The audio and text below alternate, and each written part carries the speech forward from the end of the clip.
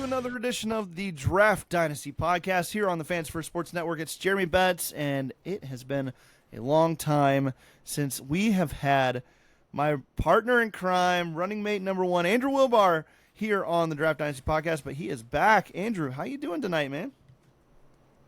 I'm doing well. So excited to be back. I know that we don't have a whole lot of time before the season starts, but, man, I'm excited to talk some fantasy football.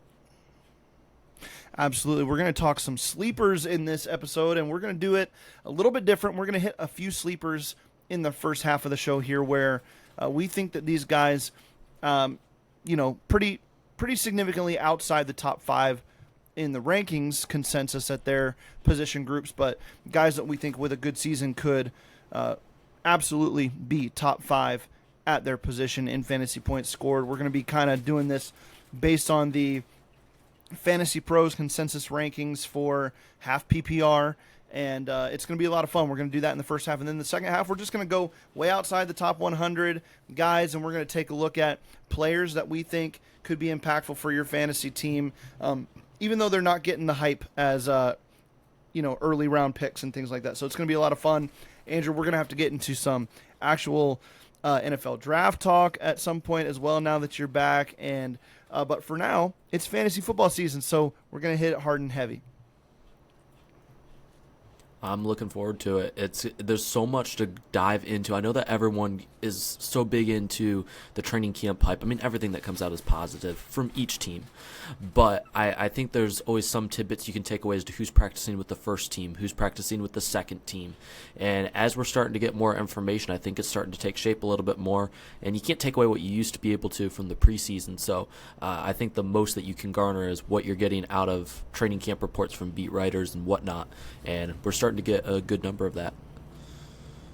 Absolutely are, and it's news that makes for good content, but it's also news that actually means something at this time of year, and hopefully more people stay healthy. Obviously, there's been some injuries across the league.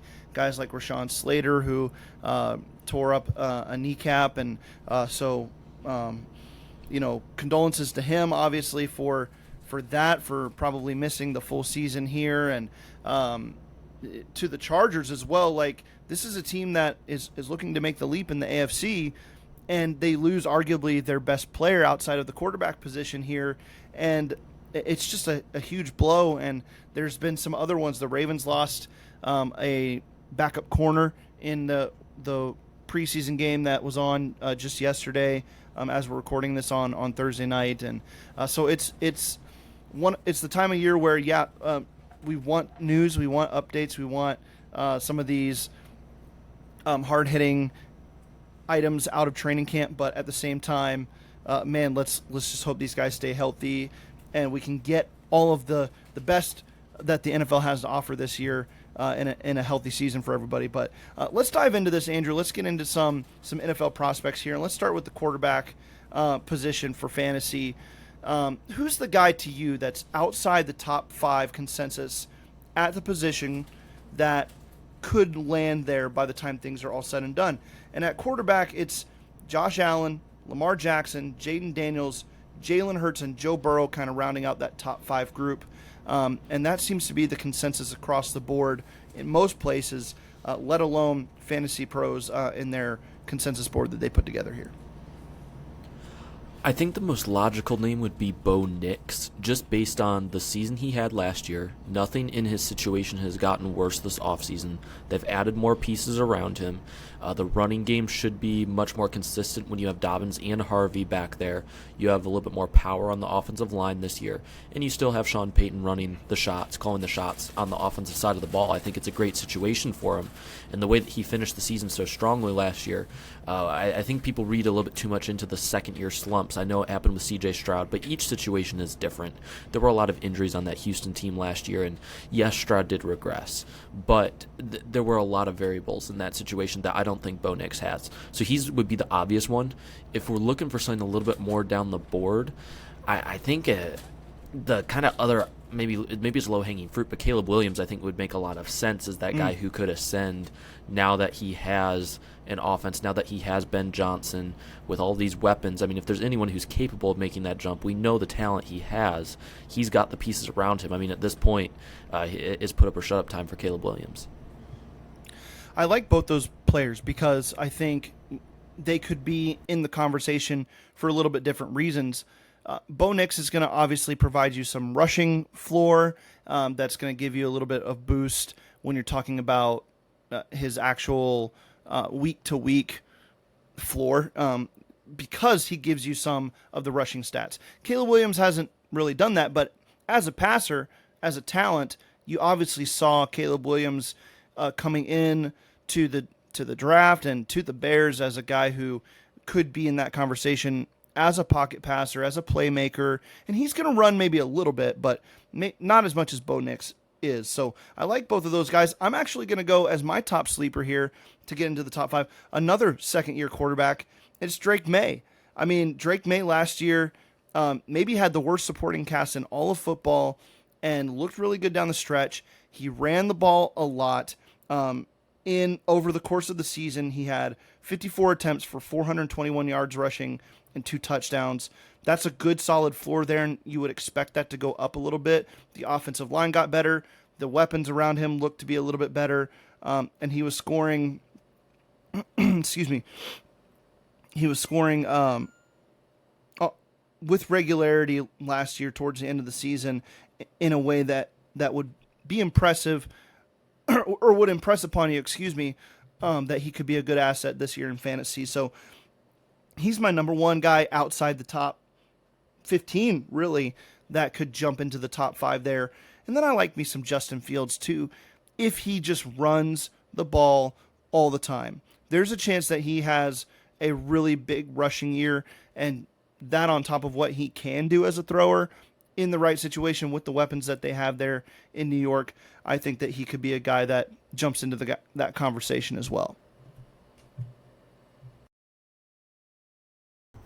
I like both of those, and a lot of people are sleeping on Justin Fields, but again, we forget back in Chicago of when he was running the football, and he was a top 12 fantasy quarterback, and we saw him improve as a passer last year at the beginning of the season. In Pittsburgh, it wasn't perfect.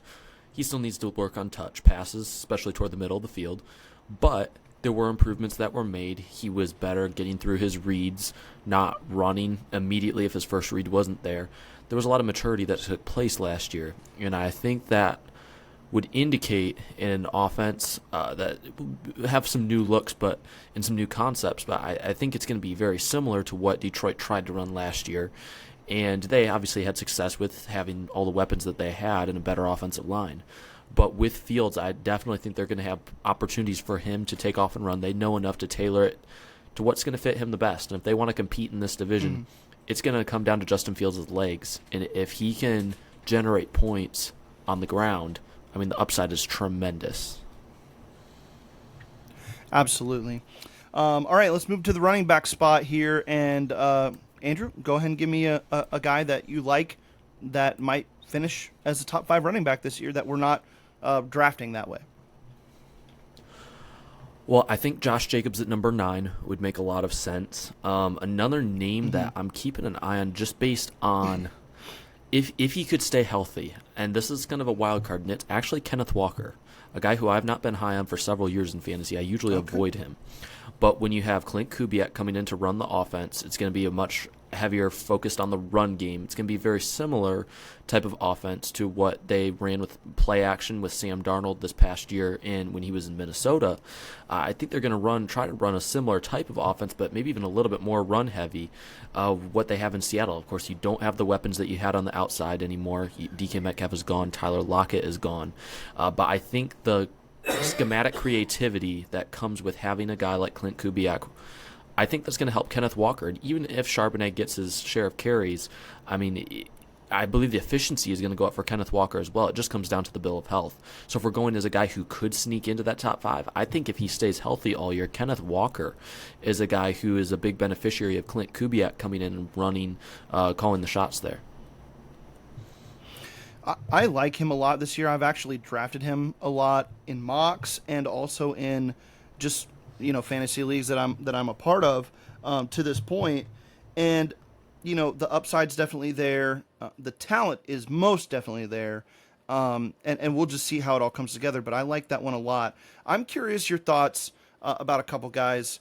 The first one is Amari and Hampton. And I know we just talked about Rashawn Slater going down. That doesn't help his cause. But Najee Harris has been a non-factor in this offseason so far after the Chargers acquired him. And obviously the firework accident, we don't know the extent to which that is impacting this. But just been not there at all for the offseason program so far.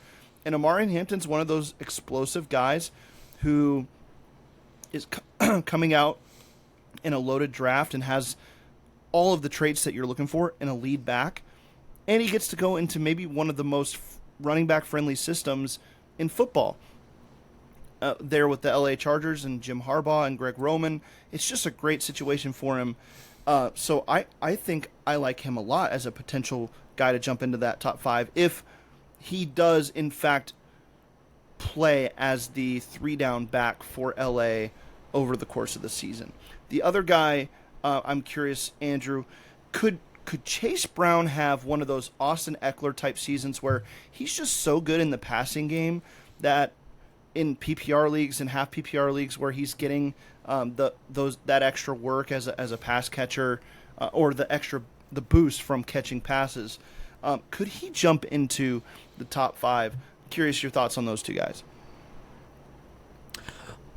I wouldn't rule it out. With Chase Brown, it's going to come down to the offensive line performance. They didn't do anything to help along the offensive line this offseason, and I was hoping they would. But I think Brown's efficiency will keep him afloat in fantasy for sure. I think he's got a pretty safe floor. I'm just not quite as sure on the upside. But with Amari and Hampton, I think you're perfectly right. I mean, he is Nick Chubb level good in terms of talent. If he gets a chance to start, it's just a matter of will he if Najee Harris is available.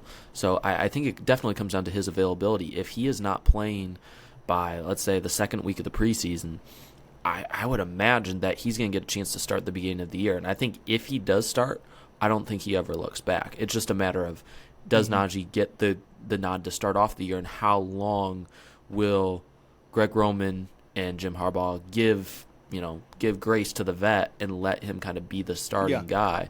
And Hampton will, of course, he'll get his carries, but he's going to rely so much on efficiency at that point.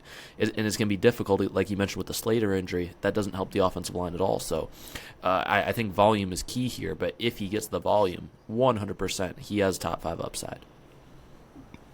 That tier 3 of running backs is very intriguing this year. Like, not the guys at the top, like the Bijan Robinsons and the Saquon Barkleys of the world, but and not even the second tier, which according to Fantasy Pros is Christian McCaffrey, Ashton Genty, who we got to see very briefly on Thursday night, and it was preseason. He had a couple rushes and didn't really do anything, but just getting the chance to see him, he looks the part on the field. He's in that category. Derrick Henry is probably being slept on a little bit because of the age here after the season he just had. Devon Achane, Jonathan Taylor, and Josh Jacobs, who you mentioned. The next group, Bucky Irving, Chase Brown, Breece Hall in what could be a run-heavy team. Kenneth Walker's in that group, and Omari and Hampton as well. That's a really good tier 3 of running backs that you could feel pretty good about landing one of those guys, even as your RB1 this year if you go wide receiver and maybe tight end early to start your draft. So very intrigued by those guys. Let's move on to the wide receiver spot, Andrew. And I mean, we could name names for days at wide receiver probably in an exercise like this for sleeper categories, but who are maybe one or two guys that stand out to you most as guys who could jump into that top 5, which as of right now, Jamar Chase, Justin Jefferson, CeeDee Lamb, Malik Neighbors, and Puka Nacua are going as the top 5 wide receivers in fantasy according to Fantasy Pros.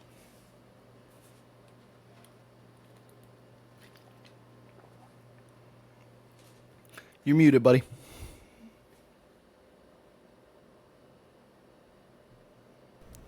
There we go. Mic issue. My apologies about that. I do think that Tyreek Hill is a guy that could easily get back up to that point if it depends on Tua's health. But the volume is there. We've not seen any regression in terms of speed. There have been a lot of questions looming about his attitude over the offseason and some of the things that he said off the field.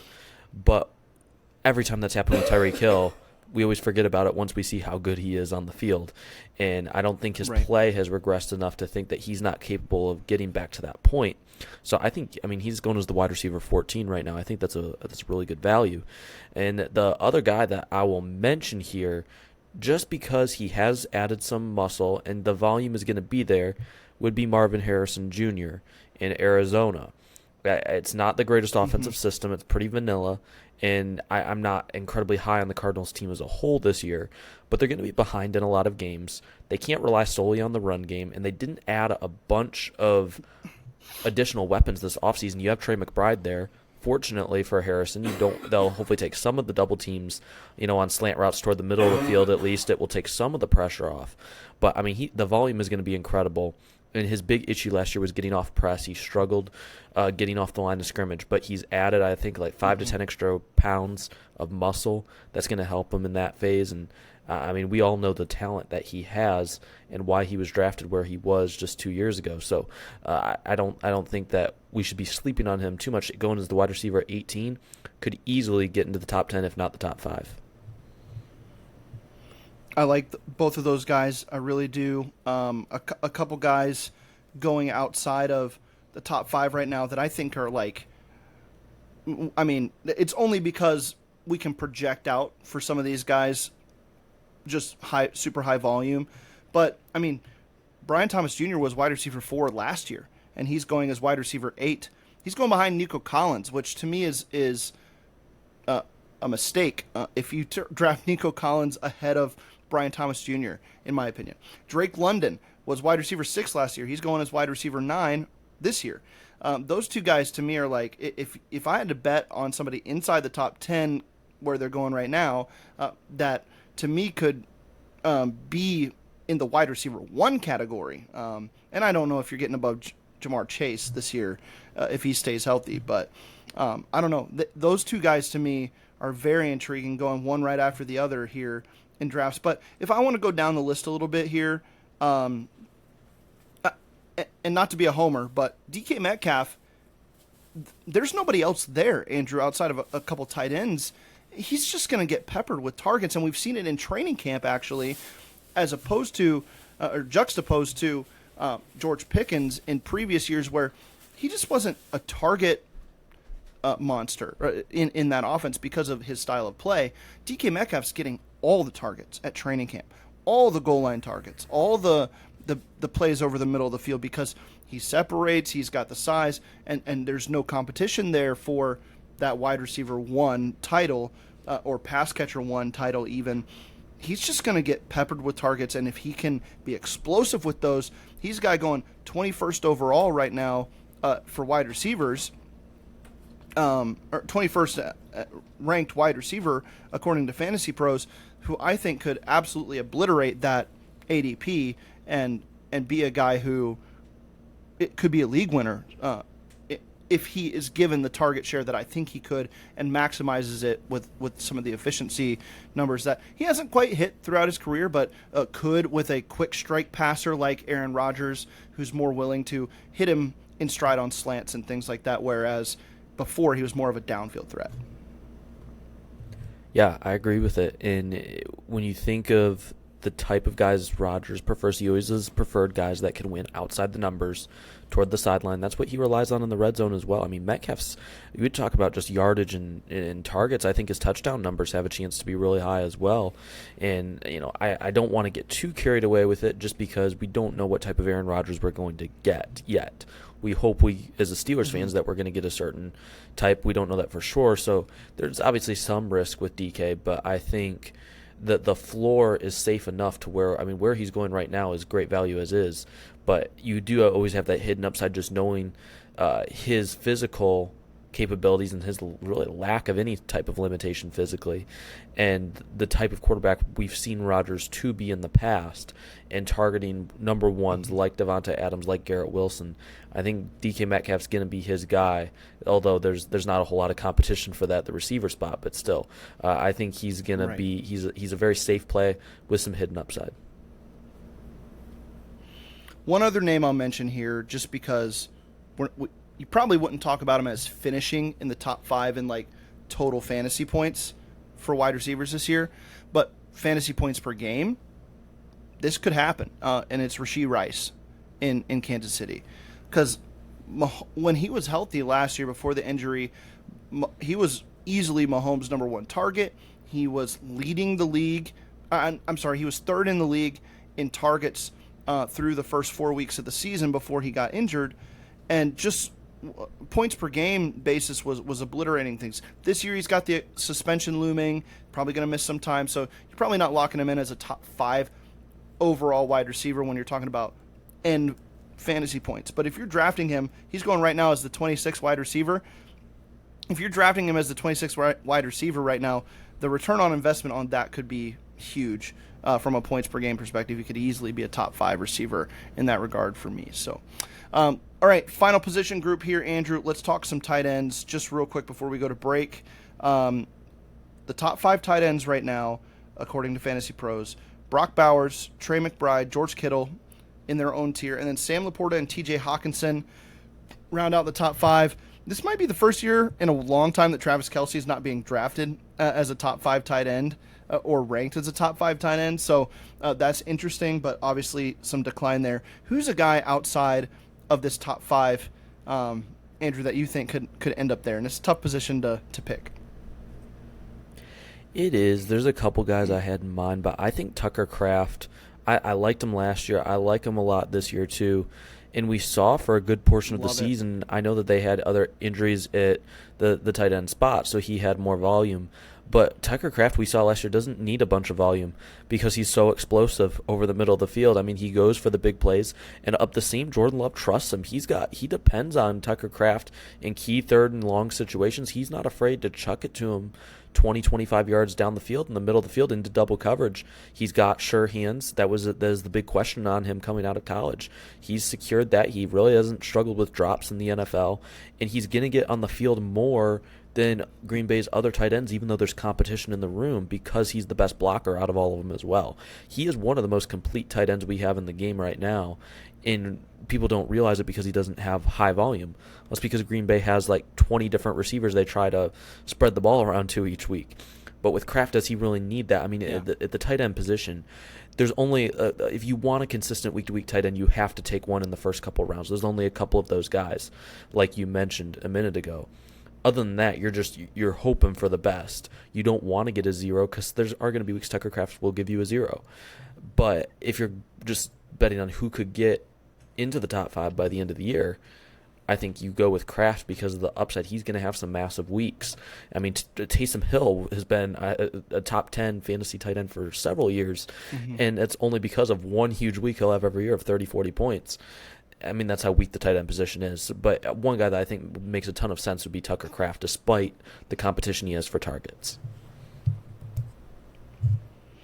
Tucker Kraft is maybe my favorite, like, wait and see or wait and draft tight end in the entire league this year. And Fantasy Pros has him as tight end 10 right now. He's going later than that in a lot of drafts that I do, like on ESPN. So you gotta. It is good to see these like individual rankings based on the platform, because that can inform when you're going to take guys as well, and you could get a better value on certain guys in certain platforms. So keep that in mind as you're drafting. But I love Tucker Kraft, and here's some. I was probably before the Jonnu Smith trade, I thought highly of Pat Freiermuth this year as a guy who could sneak up on people as a scoring tight end for fantasy because of him basically being the number 2 target in Pittsburgh. Now I think the tight end target share is going to be divided more evenly between those two guys, even though I think they'll be utilized very differently in the offense. So I'm not as high on Freiermuth this year. I'm going to be that guy, though, Andrew. I'm going to be that guy one more year, and I'm going to say Kyle Pitts for Atlanta. I believe in this offense. I believe in Michael Penix Jr., and Michael Penix Jr. came out day one of practice and said, you saw us getting the ball to Kyle Pitts a lot. That's going to happen a lot. And I was like, okay. I like it. I like the confidence there. And he's been active. He's been very active in the offense. They're using him more, Andrew, as a wide receiver, like legitimately playing on the outside. And I think that is a brilliant idea. He's not an inline guy. He's not a blocker at all. Just use him as a wide receiver. I'm going to do it one more year. I'm going to jump on the Kyle Pitts train. And at tight end, I don't feel too bad about that because after those top three guys, what are you going to do? You're just shooting darts at that point.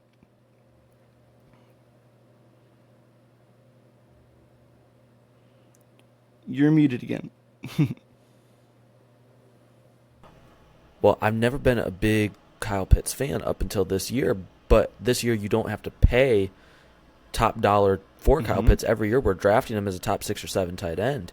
This year, everyone's off. But, I mean, right now he's going to tight end 16. I mean, that's lower than what he's finished the past few years when he's had down years, and that's the reason why we're drafting him so low. It's just like people have gotten so upset with Kyle Pitts. They've gone way too far down the board with him. But, I mean, when you're talking about upside, I mean, over the last 3 weeks of the season last year, once Penix was in there, I mean, both him and Drake London, those were the guys that were getting targeted in this offense, which is probably the way it should have been all along. But Penix, those were the guys that he trusted. And I don't have an issue with taking either Drake London or Kyle Pitts this year where they're being drafted because the volume is finally going to be there for them because they have a quarterback who knows who the top guys in this offense are. And I definitely like what you mentioned, just the way that they're trying to utilize him in camp. I mean, there's always been hype surrounding Kyle Pitts, but this year I tend to believe it a little bit more, and I have more confidence in it also because it's not as high of a risk as what it's been the past few. I like it, and we're going to get to some more like deep sleepers here in the second half of the show, so stay tuned. The Steelers Fix will be right back after this.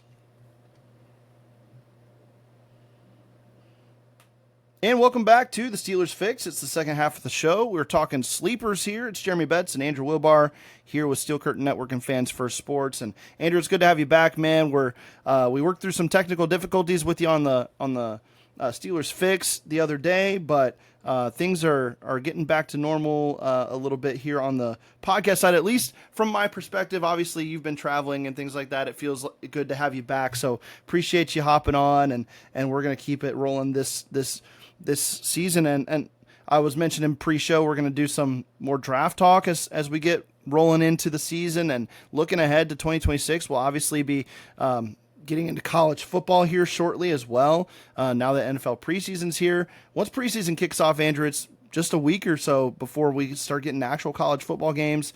And it's going to be fun here to load into all that. But for now, we're talking some fantasy.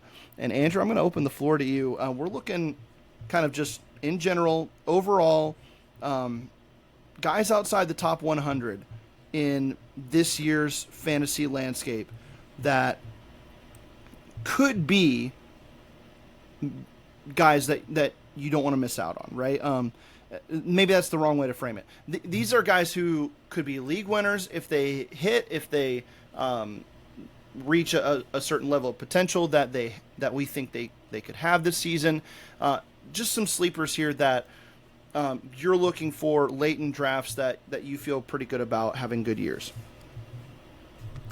One of them has to be, I'll give you a quarterback. I think Jordan Love is, we were just talking about Tucker Kraft and the fact that they added Matthew Golden, who, by the way, I think is also a great sleeper as well. I think both of them are in great position this year. I mean, Matthew Golden's been tearing it up in camp.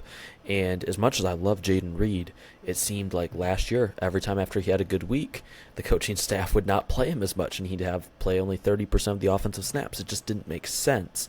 So there is some disconnect there in the offense, but he's got all the weapons he needs. The offensive line is still really good.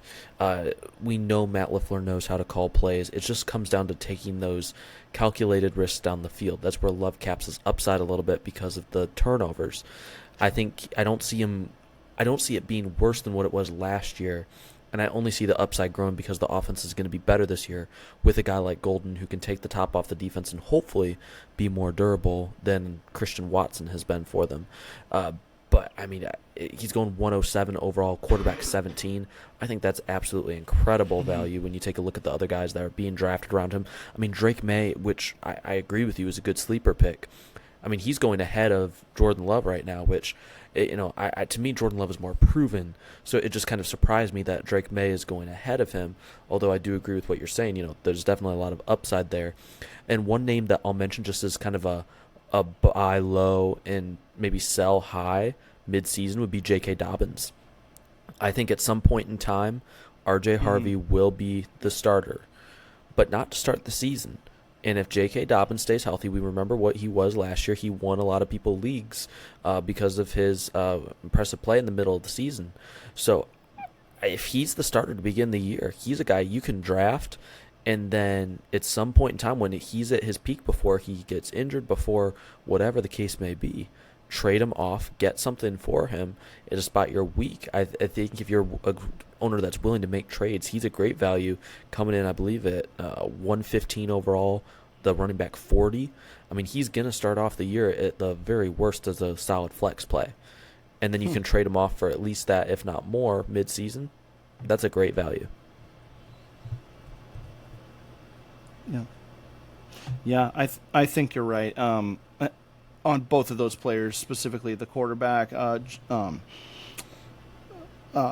Jordan Love, and then I just think that when you're talking about running backs and rooms, you're looking for opportunity. And Sean Payton's teams have supported 2 fantasy viable running backs in the past. I mean, look at the Mark Ingram and Alvin Kamara years, right, where they were both top-tier fantasy backs. And I think that there's a world where both of those guys are very good players. So for fantasy, specifically, R.J. Harvey, I think, in the passing game is going to get a lot of work. And then when you're talking about J.K. Dobbins, early in the season, like you're saying, he's going to get some run. He's going to get a chance to prove that he still belongs and can handle some of the early down work while R.J. Harvey handles more of the passing game type stuff. So I think that that's going to be something to watch here, and I'm very excited to see both of those guys in this offense. It's going to be a lot of fun. I'm going to go with the guy who I believe is like the ultimate sleeper this year, Andrew. And this is a guy who can give you like top 10 quarterback play on a weekly basis if he ends up winning the starting job. And he just got hurt. He's had a dislocated pinky on Thursday night playing against the Ravens. But to me, the ultimate sleeper this year is Anthony Richardson at quarterback. I mean, in the very, very few instances where we have seen him play football, especially his rookie year, it was dynamic for like 3 games, right? When he started those 3 games, he was a guy that you're like, oh man, this is going to work. This guy's going to be a fantasy superstar. And now he's going 206 overall.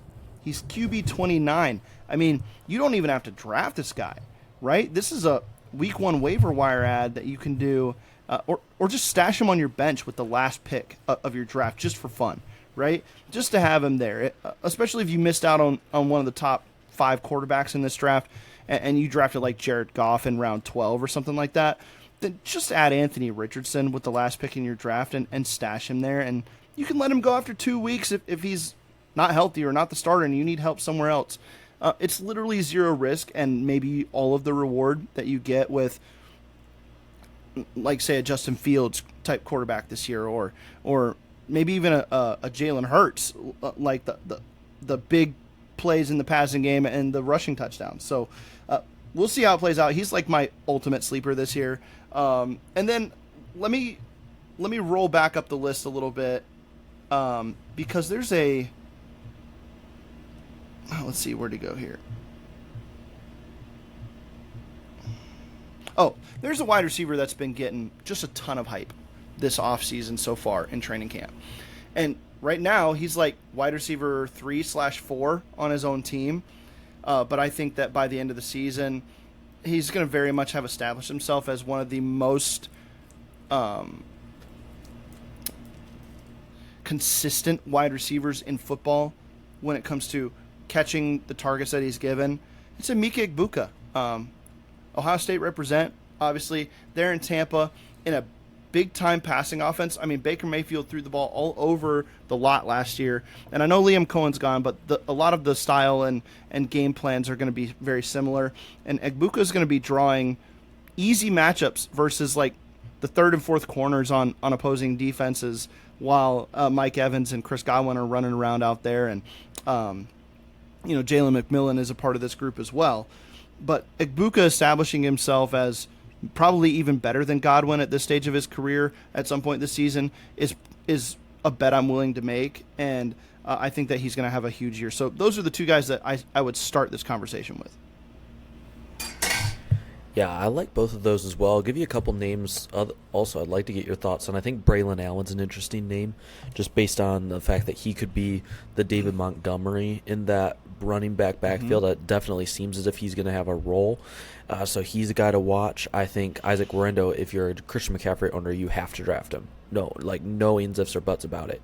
You have to get Guerendo on your team because he's going to be what Jordan Mason was the last couple seasons. And if you had him as a handcuff to McCaffrey, you probably saved your season because we know we cannot trust McCaffrey's health. But a receiver that I think is not getting talked enough about is Cedric Tillman from Cleveland. He's going as the wide receiver 57 right now and 146 overall. The way he finished last season, I know the quarterback situation's unknown, but regardless, he's going to be the wide receiver 2 in this offense, most likely barring something dramatic changing. And one of the top presences on the outside, I mean, he grew a lot last year. And I mean, he was injured for part of his rookie season, so we didn't see a whole lot of him in year 1. And everything we saw in year 2, like there was nothing that comes up and says, "Oh man, there's something." He has a capped ceiling. I mean, everything that they asked him to do last year, he succeeded in. When he got opportunities, he seized those, and he became a target monster for a good 5-week span toward the end of the season last year. So I think if Joe Flacco, especially if he's the starter, I know you have Njoku there, I know you have Judy, but this is a team that's going to be trailing in a lot of games. We don't know Quinshon Judkins' what his availability is going to be. If he's available, I think he's a great sleeper as well, but a team that's going to be behind a lot and is going to have to throw the ball, I'm telling you, Cedric Tillman's going to get a lot of red zone looks. Yeah, I agree.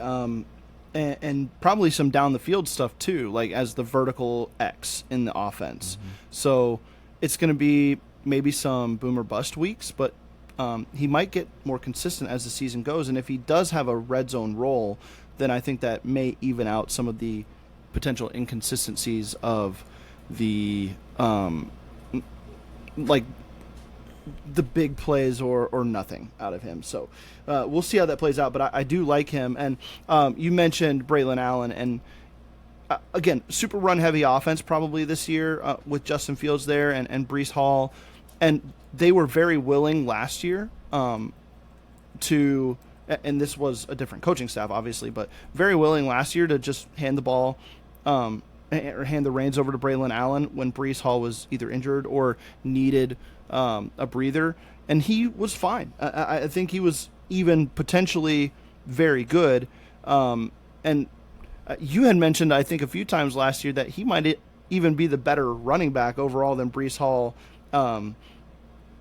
just maybe not getting those opportunities. So there's a chance that he is very good. And I wanted to bring up a couple other running backs here, too, at this point. Jaden Blue, the rookie that Dallas drafted. I mean, Javonte Williams is kind of the de facto lead back over there now after he was acquired in free agency this year, but nobody's been more injury prone and missed more time at running back than Javonte Williams over the last 3 years.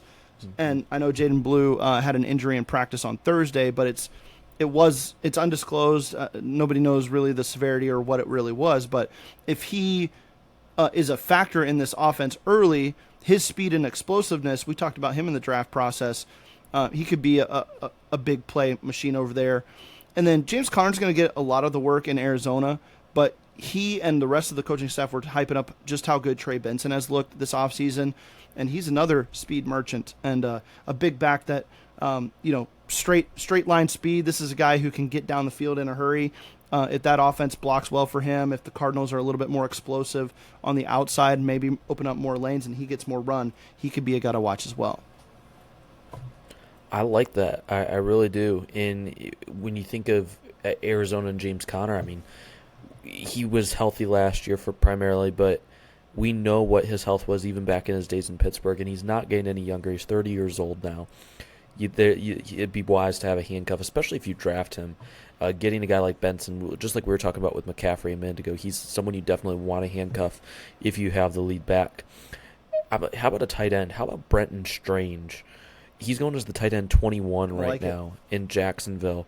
And we think of Liam Cohen and what he's wanting to do on offense. I mean, Evan Ingram and all the tight ends that, Jacksonville has tried over the last couple of years, they brought in and they were kind of flash in the pan. Cade Otton last year in Tampa Bay was the tight end 14. The Cade Otton, Brenton Strange is a much more athletic guy than Cade Otton is. Yes. And, maybe it's slightly smaller, but I think a lot more versatile. And a guy that Liam Cohen can get a lot more out of. When you have a rookie like Travis Hunter, he's going to get some looks, but we don't know how much he's going to play on offense. And then, you have Brian Thomas, but not a whole lot of depth on offense. And Thomas is a vertical threat. But if you're talking about physicality in the red zone, that's not an area where he's still proven yet. And neither is Travis Hunter. So when push comes to shove in the red zone, I think Strange is going to get a lot of red zone looks this year. And we know Liam Cohen likes using the tight end. I mean, Otton was the tight end 14 in an offense that had all the weapons of last year with Godwin when he was healthy, and then you had Evans and McMillan and all these guys, yet Otton still found a way to be the tight end 14. So why is Strange going as the tight end 21? I think tight end 14 would be the absolute floor for Brenton Strange. I think he's got a chance to be a top 10 fantasy tight end most easily. I like that one, and I was going to give a tight end as well who had a pretty good year and I think is in an even better spot this year, and that is Hunter Henry in New England with second-year Drake May, an improved offense around him. He was pretty good down the stretch last year, so that's another tight end to watch there. And then last question here, and I'm going to last comment here for a sleeper. I'm going to pose it as a question to you, Andrew. If you had to pick a wide receiver, you talked about Jordan Love being a sleeper in fantasy. If you had to pick one wide receiver from Green Bay to take, which one are you taking? And I'll give you a little bit of context here. Jaden Reed is going, or is the 93rd ranked player right now. And then the rookie, Matthew Golden, is going is the 133rd ranked player. So 40 spots between those two guys. If it's me, the choice is Matthew Golden easily at the value there. And I just wondered if you kind of felt the same way, even though Reed has kind of been pretty solid overall, pretty consistent. I agree with that, and it's nothing against Jaden Reed. I love Jaden Reed and what he brings to the offense. I think he deserves to be the one, but if they saw him as the one last year, they wouldn't have been continuously looking for ways to not play him as much as they did. I mean, he the second half of the season, almost every game, he's playing 50% of the snaps, and I don't know what's going on because when you watch it, I mean, this guy's getting open. He's playing the role of a one, and when he's getting targets, he's hauling in the passes. I mean, he's been very efficient. He was great down the field on contested catches. He had great body control. I don't know what it was that they did not like with him, but there was definitely something, and if there wasn't, they wouldn't have taken a receiver like Matthew Golden in the first round.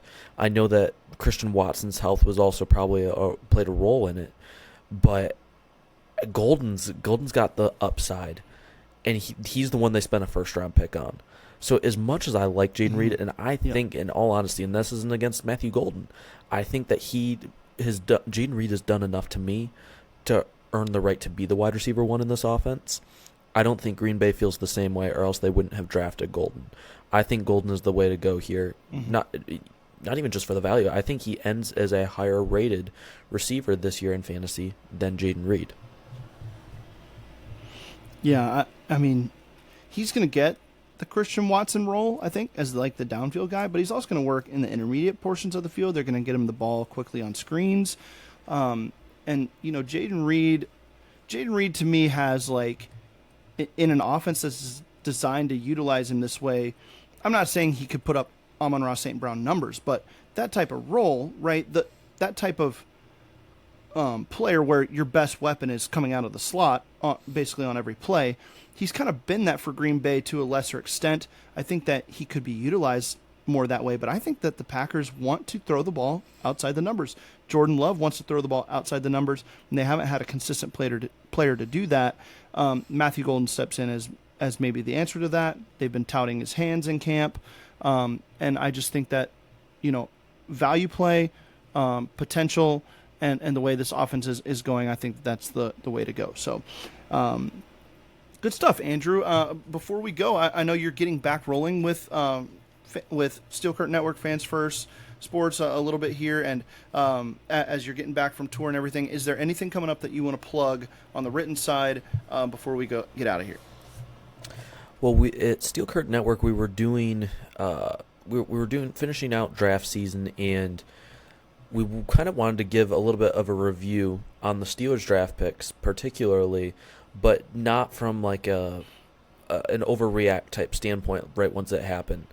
Now that the dust has settled, now that we've seen a little bit from them throughout the offseason, we're looking at it from kind of a 3 months away perspective. So these are articles that both you and I have contributed to, and we've had a couple published already. We still have a couple to go, but going through each individual draft pick that the Steelers made this year. So I encourage you to go and check those out. They're not super long articles, but they're to the point, and they just give our thoughts on the selections, what we think that they're going to do in the offense, and kind of grade the selection now that we've had a lot of time to think about it.